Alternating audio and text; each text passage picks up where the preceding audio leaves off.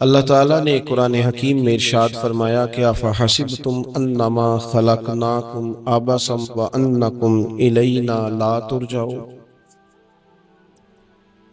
فرمایا کیا تم یہ گمان کرتے ہو کہ ہم نے تمہیں بیکار پیدا کیا ہے، اور کیا تم یہ سمجھتے ہو کہ تمہیں پلٹ کر ہماری طرف نہیں آنا؟ اللہ تبارک و تعالیٰ نے جو چیز بھی پیدا کی، جہاں بھی پیدا کی، بڑی حکمتوں کے تقاضوں کے تحت پیدا کی۔ میں کسی شخص سے بیزار نہیں ہو سکتا، کیونکہ ایک ذرہ بھی تو بیکار نہیں ہو سکتا۔ اللہ نے ہر چیز کو کمال حسن کے ساتھ دنیا میں پیدا کیا، اور انسان تو اشرف المخلوقات، یہ تو اللہ تعالیٰ کی تخلیق کا شاہکار ہے۔ اللہ تعالیٰ نے اسے بڑی رہنمائیوں کے ساتھ، بڑی حکمتوں کے ساتھ، بڑے کرم کے ساتھ پیدا فرمایا۔ اس کو اللہ تعالیٰ نے سمجھنے کی، بات کرنے کی، اپنا ما فی الضمیر کہہ دینے کی صلاحیت عطا فرمائی۔ مالک نے اسے عقل، شعور دیا، اور جو بڑی طاقتور مخلوق نظر آتی ہیں ان کو اللہ تعالیٰ نے انسان کے قبضے میں دے دیا۔ کتنا بڑا ہاتھی ہوتا ہے لیکن ایک چھوٹا سا بچہ اسے لیے پھرتا ہے، کتنا بڑا اونٹ ہے، کتنی طاقت رکھتا ہے، لیکن ایک چھوٹا سا بچہ اس کے ناک میں نکیل ڈالتا ہے اور اسے لے کے گھومتا ہے۔ اللہ تبارک و تعالیٰ نے اسے اشرف المخلوقات بنایا ہے۔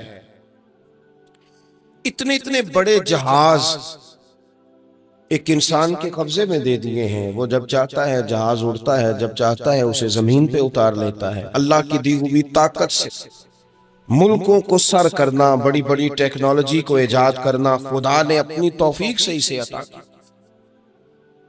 اور پھر اگر وہ مسلمان ہے، پھر اگر وہ حضور کا غلام ہے، تو پھر تو فرمایا کنتم خیر امت اخرجت للناس، انسان ساری مخلوق میں افضل ہیں، اور میرے محبوب کا کلمہ پڑھنے والے سارے انسانوں میں سب سے افضل ہیں۔ ان کو اللہ نے اور زیادہ فضیلتوں سے، برکتوں سے مالا مال کیا۔ یہ وہ مخلوق ہے، یہ وہ لوگ ہیں، یہ وہ امت ہے کہ جو صرف ارادہ کرتی ہے نیکی کا، کرتی نہیں، ارادہ کرتی ہے تو اللہ نیکی کرنے کا اجر عطا فرما بھی دیتا ہے۔ یہ ابھی پلان کرتی ہے کہ میں یہ کام کروں گا تو رب اس کا ثواب شروع بھی فرما دیتا ہے، لیکن پتہ نہیں کیا ہو گیا ہے لوگوں کو، نیکی کے ارادے کرنے چھوڑتے جا رہے ہیں، نیکی کی منصوبہ بندی کرنی چھوڑ دی ہے، خیر کے لیے پلان کرنا ہی چھوڑ دیا ہے۔ بہت سارا وقت بیکار گزرتا ہے، بہت سارا وقت چوراہے پہ گزر گیا، بہت سارا وقت گپوں میں گزر گیا، عمرے دراز مانگ کے لائے تھے 4 دن، 2 آرزو میں کٹ گئے، 2 انتظار میں۔ ایک ڈھیر سارا طبقہ ہے جس سے پوچھتے ہیں کیا کر رہے ہو، تو کہتے ہیں بس کچھ بھی نہیں، ٹائم پاس کر رہا ہوں۔ تو میں کہتا ہوں یار اتنا فالتو ٹائم کہاں سے آیا جسے پاس کرنا پڑا؟ میں بور ہو رہا ہوں تو میں کہتا ہوں بور ہونے کے لیے وقت کہاں سے لیا آپ نے؟ آپ تو مسلمان ہیں، آپ کا تو وقت شریعت نے بڑا قیمتی کر دیا ہے۔ آپ تو 1 منٹ میں 3 بار سورہ اخلاص پڑھ سکتے ہیں۔ آپ کو تو ذرا سا وقت ملے تو آپ جا کے 2 رکعت نماز کی نیت باندھ سکتے ہیں۔ آپ کو تو تھوڑا سا وقت ملے تو آپ کے تو نبی پاک علیہ السلام نے یہاں تک ہماری تربیت کر دی، ہمارے حضور فرمانے لگے تم کانٹا اٹھا سکتے ہو نا گلی سے، تو وہی اٹھا دینا، اس پر بھی رب صدقے کا ثواب عطا کرے گا۔ تو یہاں تو کانٹوں سے بھری ہوئی گلیاں ہیں۔ میرے نبی پاک نے تو فرمایا تھا کسی مومن کو بس خوش کر دینا، وہ چاہے لمحے کے لیے ہی ہو، اس کے دل میں راحت ڈال دینا، اسے تسلی دے دینا، روتے ہوئے آنکھ آنسو پونچھ دینا، اس کو کہہ دینا میں تیرے ساتھ ہوں۔ فرمایا مومن کے دل میں تم نے خوشی داخل کر دی تو 60 سال نفل پڑھنے سے اللہ تمہیں زیادہ ثواب عطا کر دے گا۔ تو یہ فارغ بیٹھنے کا وقت کہاں سے آیا؟ یہ بور ہونے کا ٹائم کہاں سے آیا؟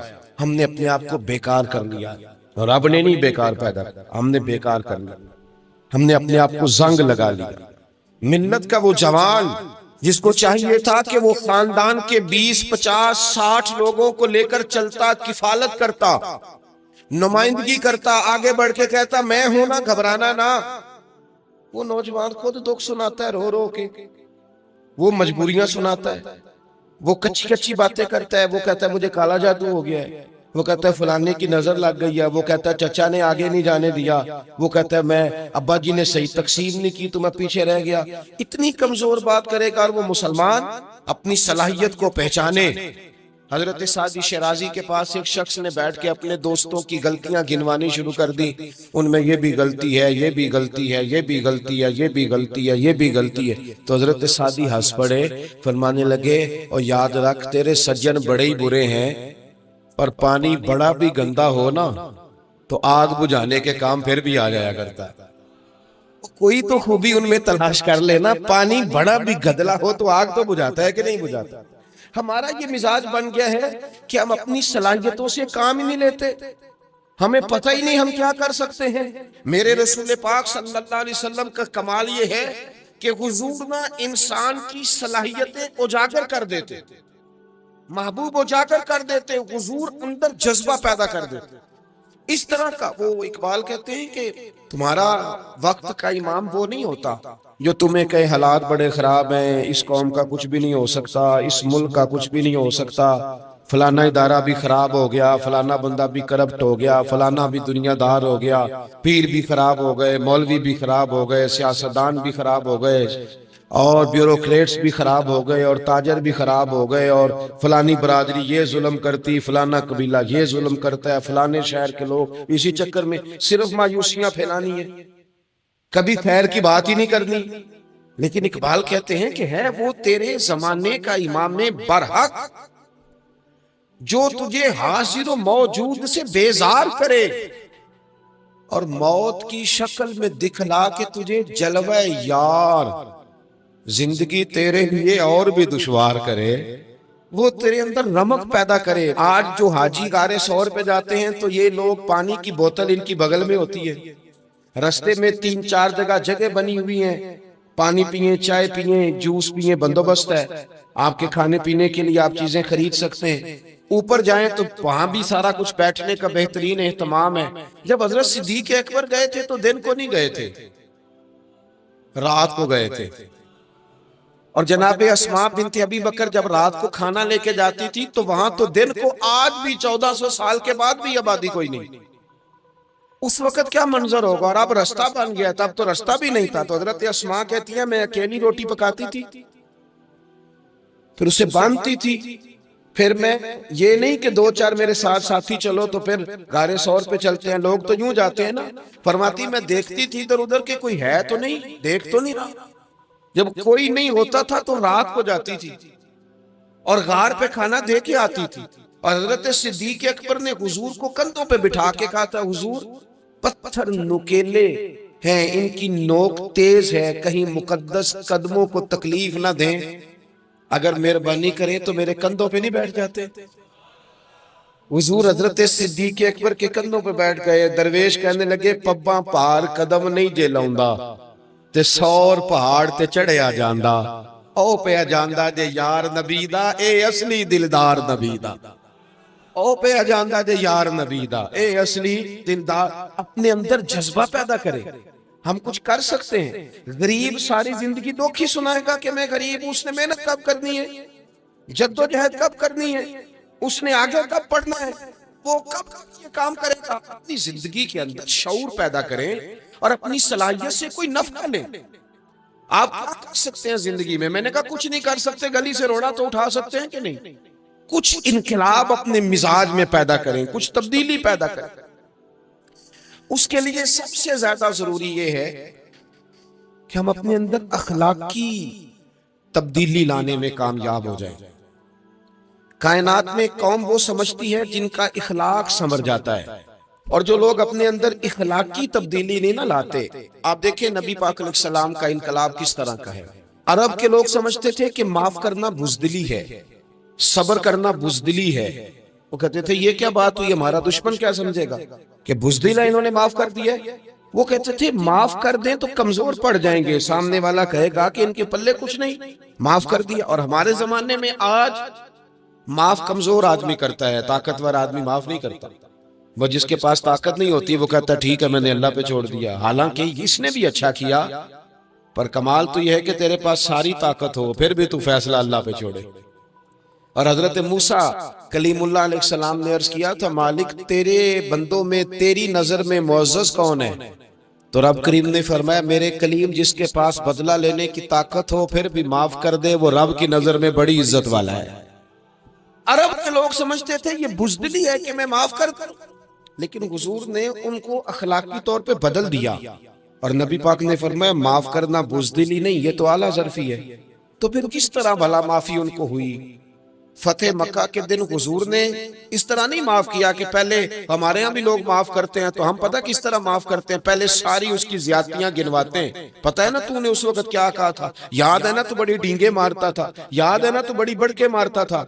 عرب کے لوگ سارے سامنے کھڑے ہیں، پتہ کون کون ہے؟ اکرمہ بن ابو جہل آخری دن تک لڑے، ابو سفیان آخری دن تک لڑے، سارے لوگ سامنے کھڑے، کچھ بھاگ گئے ہیں جان بچا رہے ہیں۔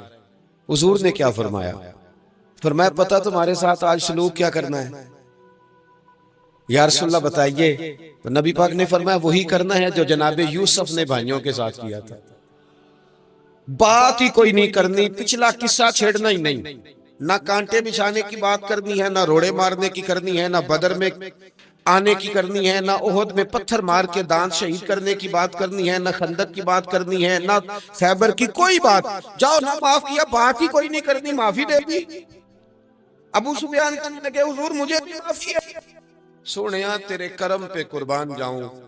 میرے کریم فرمانے لگے تو قبیلے کا سردار ہے، مکہ شریف کے لوگ تجھے بڑا سمجھتے ہیں، دیکھ حضور معاف بھی کرتے ہیں اور عزت بھی دیتے ہیں۔ فرمایا جا میں نے تجھے معاف کیا، اور جو تیری حویلی میں آ کے پناہ لے لے گا میں اسے بھی معاف کر دوں گا، اسے بھی معافی مل جائے گی جو تیرے گھر آ جائے گا۔ اب تبدیلی آ گئی، وہ جو اندر کفر تھا وہ ٹوٹ گیا، انقلاب آ گیا۔ یہی ابو سفیان جو کل تک مخالفت میں لڑتے تھے، پھر یہ حضور کے ساتھ جنگوں میں جاتے، اور اس طرح جاتے کہ حضور گھوڑے پہ بیٹھے اور جناب ابو سفیان نے گھوڑے کی لگام تھامی، ہر میدان میں گئے، ہر جگہ خدمت کی۔ اکرمہ بن ابو جہل کا پتر ہے، کوئی کسر نہیں چھوڑی اس نے، حد کر دی، ہر جگہ لڑا، ہر مقام پہ۔ لیکن فتح مکہ کے موقع پر یہ بھاگ گیا تھا، جان بچا کے چھپ گیا۔ اس کی بیوی آئی، آگے کہنے لگی سونیا میرے چھوٹے چھوٹے بچے ہیں، مجھے پتہ چلا ہے کہ میرے شوہر کے لیے آپ نے ڈیتھ وارنٹ جاری کر دیے ہیں کہ جہاں ملے مار دیا جائے، صحابہ نے یہ اعلان کیا ہے، وہ سخت مجرم ہے، اس کے لیے سخت آرڈر جاری کیا گیا ہے۔ تو کریم کیا فرمانے لگے؟ حضور فرمانے لگے تو کیا چاہتی ہے؟ میں کوئی آپ کو قصہ تو نہیں نہ سنا رہا، خدا را مہربانی کرے، تھوڑا سا دل بڑا کرے، تھوڑا سا۔ وہ ساس کہتی ہے جی میں کیویں معاف کر دیاں جی، تانوں پتہ نہیں پیر صاحب میرے اندر زخم کتنے نے، مثلا کیا ہے، گولی مار دی ہے کسی نے کسی کو۔ بہو سے کہے تو کہتی ہے جی میں معاف کر دوں، اس کو معاف کر دوں، آپ کو بتاؤں اس نے تکلیف کتنی دی۔ مہربانی کرو ایک دوسرے کو معاف کرو، اپنے دل میں گنجائش پیدا کرو۔ اس بندے کی بات ہو رہی ہے جو باپ سے لگا ہوا ہے مخالفت کرنے، ابے نے بھی ظلم کیے، اس نے بھی کیے۔ حضور اس کی بیوی سے کہتے ہیں کیا چاہتی ہے؟ کہنے لگی حضور معاف کر دیں اسے۔ تو نبی پاک صلی اللہ علیہ وسلم نے فرمایا ٹھیک ہے، یہاں تو معافی کا دروازہ تو سب سے زیادہ کھلا ہوا ہے، تو کہتی ہے تو چلو ٹھیک ہے معاف کیا، ہو گئی بات۔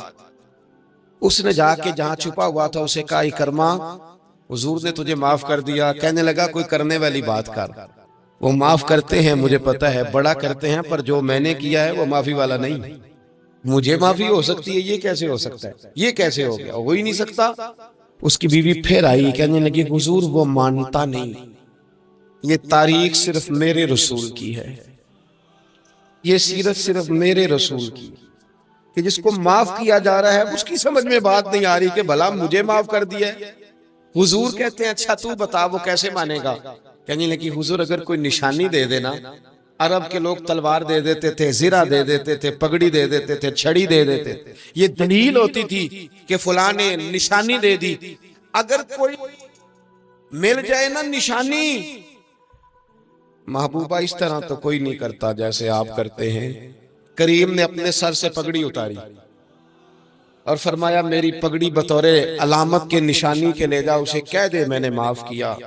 اب اکرمہ کو معافی ہو گئی، وہ آ رہے ہیں، یوں اخلاق بدلتے وہ آ رہے ہیں۔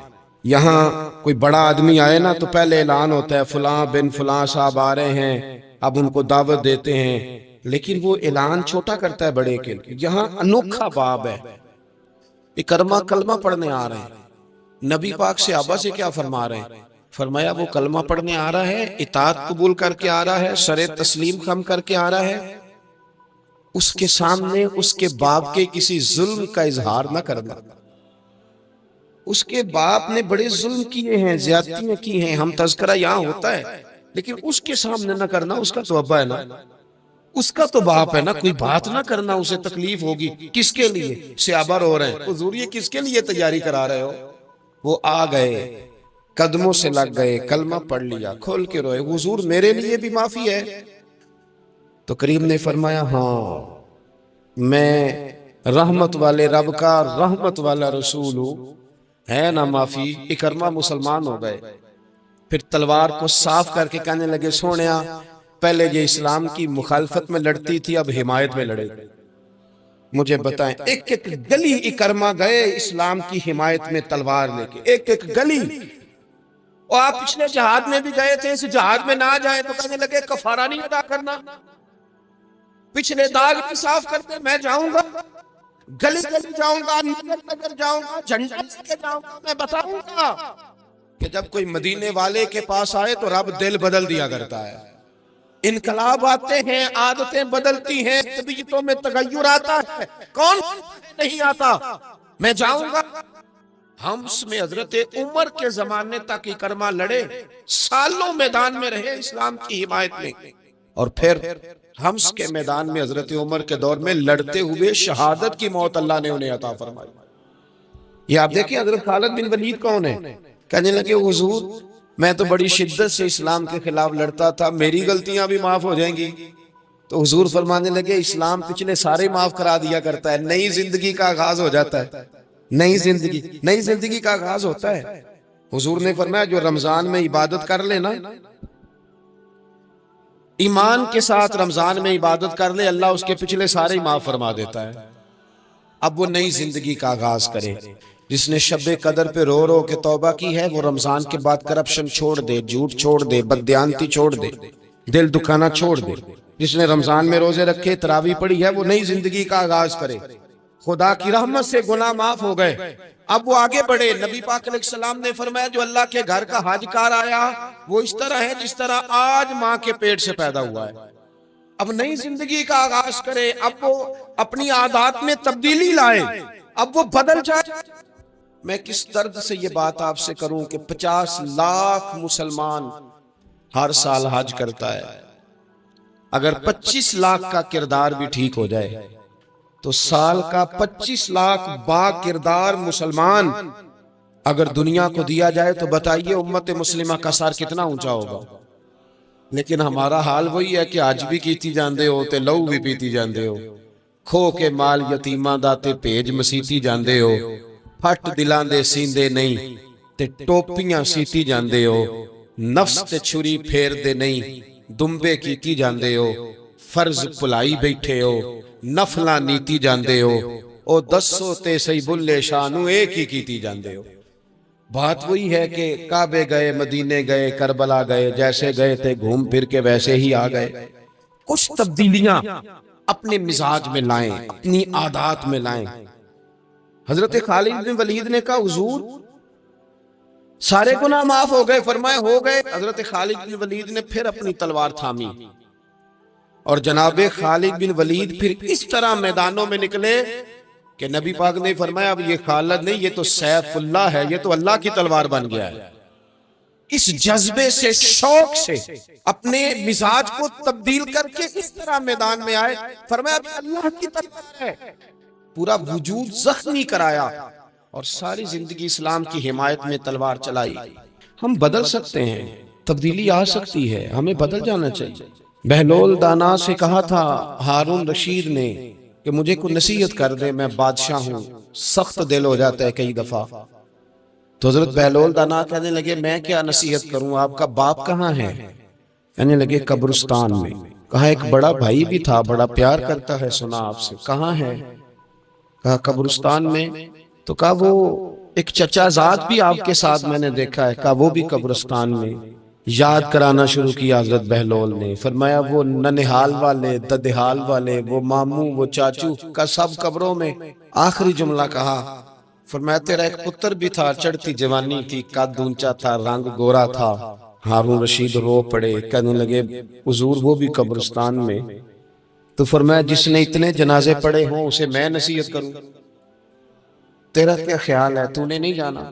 یارو ہم نے اپنے کئی کلاس فیلوں کے جنازے پڑھے ہیں، بڑا پیار تھا میرا اپنی دادی کے ساتھ، تو 97 میں وہ انتقال کر گئی، دادا ابو چلے گئے، اماں جی چلی گئیں، ابا جی چلے گئے، نانا چلے گئے، پھپھا چلے گئے، دوست چلے گئے۔ یہاں پچھلے سال کئی سنگی تھے، اس سال نظر نہیں آتے، رخصت ہو گئے۔ او سنگیو، یہ تو ساری تیاری ہے، ہم نے بدلنا کب ہے؟ اب تو ہمارا بڑھاپا آنے کو ہے، اب تو بال سفید ہونے کو۔ تبدیلی کس وقت؟ اللہ تعالیٰ نے قرآن مجید فرقان حمید کے اندر فرمایا اللہ ولی الذین آمنوا یخرجہم من الظلمات الی النور۔ اللہ مومنوں کا ولی ہے، وہ انہیں اندھیروں سے نور کی طرف نکالتا ہے، وہ رستہ دکھاتا ہے۔ بار بار راہ کھلتی ہے ہمارے سامنے، پر ہم قبول کرنے کو تیار نہیں ہوتے۔ کچھ تبدیلی اب آ جائے، کچھ زبان میں مٹھاس آ جائے، کچھ ہمارے عمل میں پختگی آ جائے۔ ہم نہ بہت سارے کام لوگوں کو دیکھ کر کرتے ہیں، اس سے تھوڑی جان چھڑائی جائے۔ کچھ اپنے اندر جو قباہتیں ہیں، کچھ اپنے ساتھ جنگ کی جائے۔ نبی پاک علیہ السلام نے فرمایا افضل جہاد اپنے نفس سے لڑائی کرنا ہے، اپنے آپ کے ساتھ کچھ جد و جہد کی جائے، کچھ اپنے خلاف بھی چلا جائے۔ ساری زندگی دوسروں سے لڑتے، دوسروں پر اپنی غلطیوں کا بوجھ ڈالتے گزر گئی، کچھ اپنے نفس پر بھی۔ حضرت باجید بستامی سے کسی نے کہا حضور میں نے اللہ تک جانا ہے، رستہ بتا دیں۔ فرمایا 2 قدم کا رستہ ہے۔ فرمایا 1 قدم اپنے نفس کی خواہش پہ رکھ لے تو دوسرا قدم تیرا رب تک پہنچ جائے گا۔ تو اپنے آپ کو کنٹرول نہیں نہ کرتا، اپنے آپ سے تو لڑ پہلے۔ اقبال کہتے ہیں ڈھونڈتا پھرتا ہوں اے اقبال اپنے آپ کو، آپ ہی گویا مسافر، آپ ہی منزل ہوں میں۔ نبی پاک نہ تبدیلی کرتے۔ یہ جو لوگ کہتے ہیں نا کیسے بدلوں، تو حضور بدلنے ہی تو آئے ہیں، حضور بدلنے۔ حضرت مازن ایک صحابی ہیں، وہ کہتے ہیں میں بت کی پوجا کرتا تھا، امام بہقی نے لکھا ہے میں بت پوجتا تھا۔ ایک دن میرے بت کے اندر سے آواز آ گئی تو کب تک مجھے پوجے گا، مدینے میں تو حضور جلوہ فرما ہو گئے۔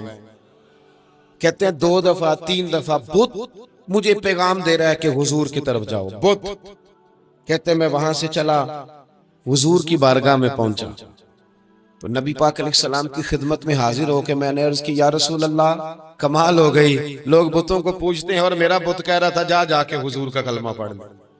او سکیاں کھجوراں اگا جام دے تے پتھراں تو کلمہ پڑھا جام دے۔ فرمایا وہ انہوں نے مجھے بت نے بھیجا ہے۔ حضرت مازن کہتے ہیں حضور کی بارگاہ میں آیا، نبی پاک نے کلمہ پڑھایا تو میں نے عرض کی حضور میرے اندر کچھ قباہتیں بھی ہیں، کسی کی چیز دیکھ کے میرا جی للچا جاتا ہے، میں چوری کر لیتا ہوں، بدکاری کا بھی مزاج ہے، شراب نوشی بھی ہو جاتی ہے۔ کہتے ہیں حضور نے میرے سینے پہ ہاتھ رکھا، میرے لیے دعا کر دی۔ آپ فرماتے ہیں گردن اونچی تھی کبھی نیچی نہیں ہوئی تھی، پر وہ کلمے کی کیا برکت آئی کہ ایسا سر جھکا کہ وہ جھکا ہی رہا، ایسی تبدیلی آئی کہ آ گئی، نفرت ہو گئی۔ کہتے ہیں حرام مال آتا ہے تو میری طبیعت پہ بوجھ بن جاتا ہے۔ میں اکثر دوستوں سے کہتا ہوں کہ ہمارے ہاں لوگوں کا عجیب مزاج ہے، وہ اپنا مائنڈ سیٹ کر لینا، کبھی ذہن بنا لینا یہ چیز حرام ہے تو وہ کبھی بھی حلق سے نیچے ہی نہ جائے۔ آپ گوشت کھا رہے ہوں اور بڑا اچھا پکا ہوا ہے، بہترین مسالہ جات لگے ہوئے ہیں، بہترین، آپ کھا رہے تھے گوشت، کوئی بندہ آپ کے کان میں آ کے کہہ دے صدقے کا ہے، اس کا منہ میں ذائقہ بدل جاتا ہے کہ نہیں؟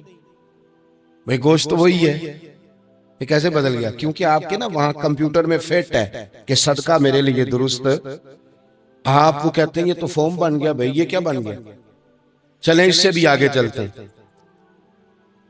آپ کھا رہے تھے گوشت اور بڑا لطف آ رہا تھا تو کسی نے کہہ دیا کہ جو جانور ٹھیک ہی نہیں تھا، بیمار تھا یا حرام تھا، ذبح ہی نہیں کیا تھا، صحیح طور پر ایسے ہی اس کو پکا دیا، مر گیا تھا۔ تو اب تو یہ حال ہوتا ہے کہ الٹیاں شروع ہو جاتی ہیں۔ کیوں؟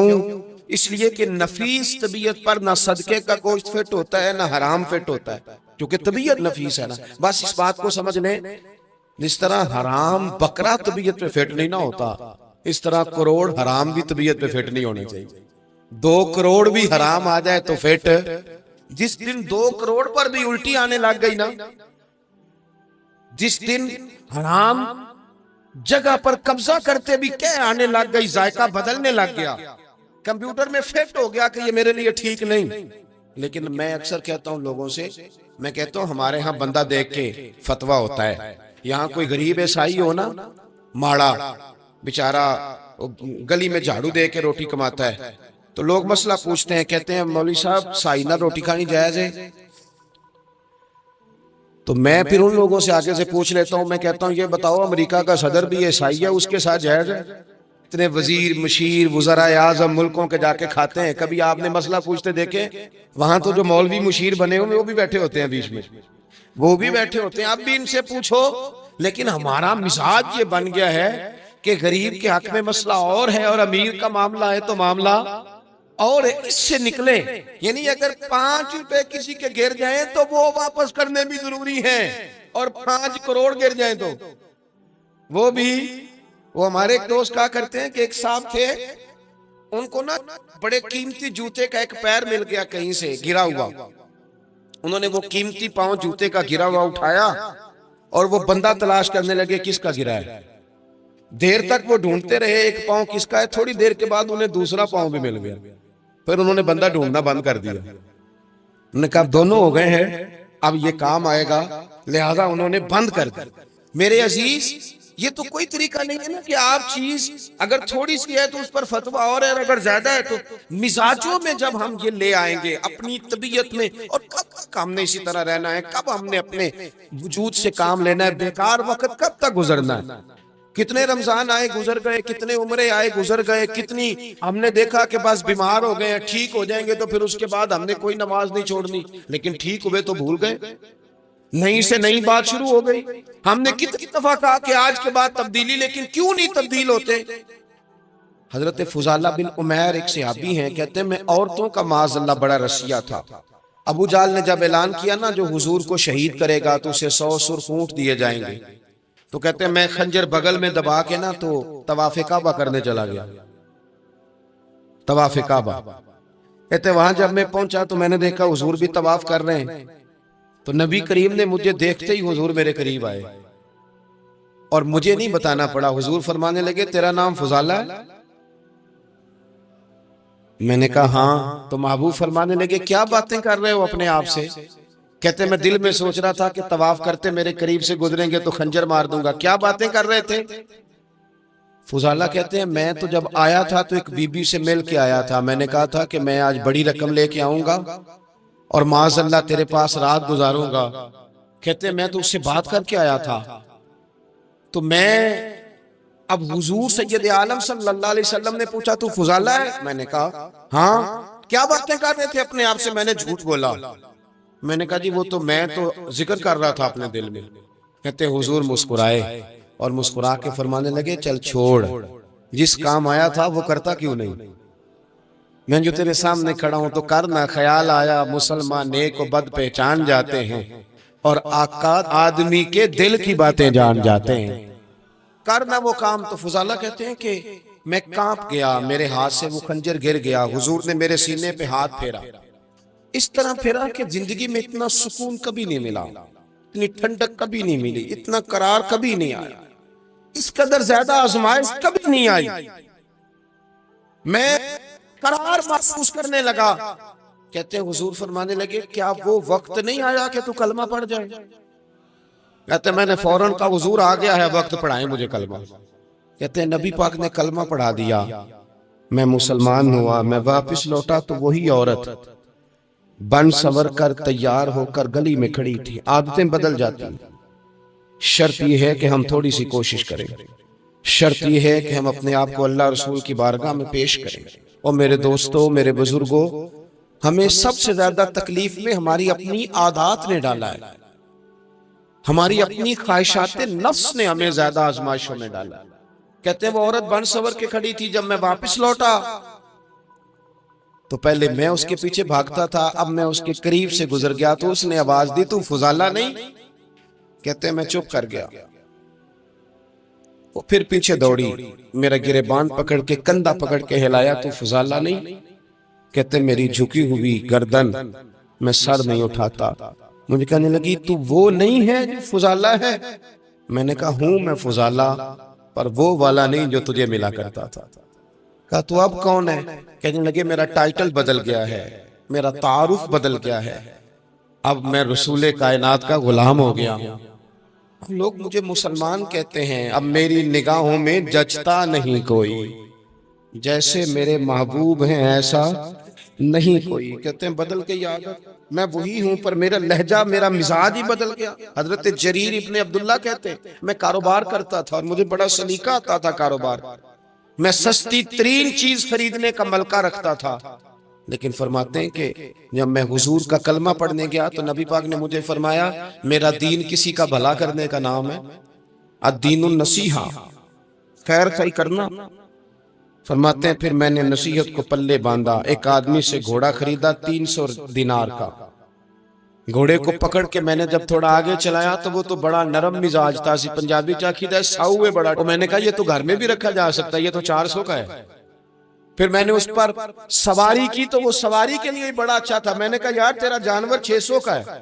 کرتے کرتے جب میں نے اسے 1000 دینار تھمایا، 400 میں سودا ہو گیا تھا، اس نے دیکھ دیا تھا گھوڑا یا اونٹ۔ کہتے ہیں وہ شخص میری طرف دیکھ کے حیران ہو کے کہنے لگا جریر تو پہلے بھی آتا ہے، یہ تجھے کیا ہوا؟ تو حضرت جریر کہتے ہیں میں نے اسے کہا پہلے جریر آتا تھا، اب وہ والا جریر ہے جس نے مدینے والے کا کلمہ پڑھا ہے۔ تم خیر امت کا ٹائٹل ہے میرے پاس۔ کیا اسلام صرف نعرے لگانے کا نام ہے؟ کیا اسلام صرف دوسروں کو یہ کہنے کا نام ہے کہ تو نے مجھے کس طرح کہہ دیا کہ میں عشق رسول نہیں؟ تو زیادہ ہے، تیرے پر زیادہ دین ہے، صرف ڈٹ جانا اور زیادہ باتیں کرنے کا نام دین ہے؟ اپنے اندر ایک ایک کر کے غلطیوں کو چھوڑیں، آج کچھ عہد کریں کہ ہم نے فلاں فلاں گناہ سے جان چھڑانی، اپنے اندر کچھ تبدیلیاں لائیں، اور کسی کو بتانے کی ضرورت نہیں، ہمارا اور ہمارے رب کا معاملہ ہے۔ اکیلے میں بیٹھ کے اللہ کے حضور عہد کریں، اکیلے میں بیٹھ کے۔ ایک سردار تھے کسی قبیلے کے، وہ حضور کی بارگاہ میں کلمہ پڑھنے آئے، امام راضی نے لکھا ہے، کہتے میرے اندر 4 غلطیاں تھیں، میں شراب بھی پیتا تھا، چوری بھی کرتا تھا، بدکاری بھی کرتا تھا معاذ اللہ، اور جھوٹ بھی بولتا تھا۔ حضور کی بارگاہ میں آیا، عرض کی یا رسول اللہ بچپن سے لے کر یہ بیماریاں لگ گئیں، بڑی کوشش کی، ابا نے بڑا مارا، لوگوں نے بڑا کہا، چھوٹی نہیں، اور میں چھوڑ سکتا بھی نہیں۔ ان کا خیال تھا نا جس طرح ہمارا خیال ہوتا ہے فلانی چیز نہیں چھوڑ سکتے، میں چھوڑ سکتا بھی نہیں۔ حضور ایک چھوڑ سکتا ہوں، ایک چھڑوا لیں آپ اور کلمہ پڑھا دیں۔ حضور نے فرمایا بالکل ٹھیک ہے، تو ایک چھوڑ دے۔ یا رسول اللہ کون سی؟ فرمایا جھوٹ نہیں بولنا۔ جھوٹ، وہ شراب بھی پیتے ہیں، وہ کہتے ہیں میں بدکاری بھی کرتا ہوں، چور بھی۔ حضور نے کیا فرمایا؟ جھوٹ۔ کیا ان سارے کاموں سے زیادہ سخت تھا؟ حضور نے اس سے منع کیا، جھوٹ نہیں بولنا بھائی۔ کہتے ہیں سونے وعدہ ہو گیا۔ سیدھے سادے آدمی تھے، دیہاتی سردار تھے، گھر چلے گئے۔ کہتے ہیں جب وہ شراب کے قریب جانے لگا تو دل میں خیال آیا کہ حضور کے پاس شراب پی کے جاؤں گا، اگر کسی نے پوچھا کہ پی ہے تو جھوٹ تو بولنا نہیں، سچ بولوں گا تو حال کیا ہوگا بھلا، وہاں کیفیت کیا ہوگی کہ میں شراب پی کے یہاں آتا ہوں حضور کی بارگاہ میں، مجھ پہ تو حد لگے گی۔ کہتے ہیں لہذا شراب بھی چھوڑ دی، اٹھا کے ماری دیوار کے ساتھ۔ کہتے ہیں میں چوری کی طرف ہاتھ بڑھانے لگا تو میں نے کہا صبح اگر کسی نے پوچھا کہ میری چوری کس نے کی ہے، جھوٹ بولنا نہیں، اور اگر سچ بولا تو سوسائٹی میں عزت کیا رہے گی؟ دفع کرو، جو اللہ نے روکھا سوکھا دیا وہی ٹھیک ہے۔ کہتے ہیں گلی سے گزر رہا تھا، اس عورت نے پھر آواز دی، اس کی طرف جانے لگا اور قریب گیا تو وہ پوچھتی ہے سنا ہے تو نے کلمہ پڑھ لیا ہے؟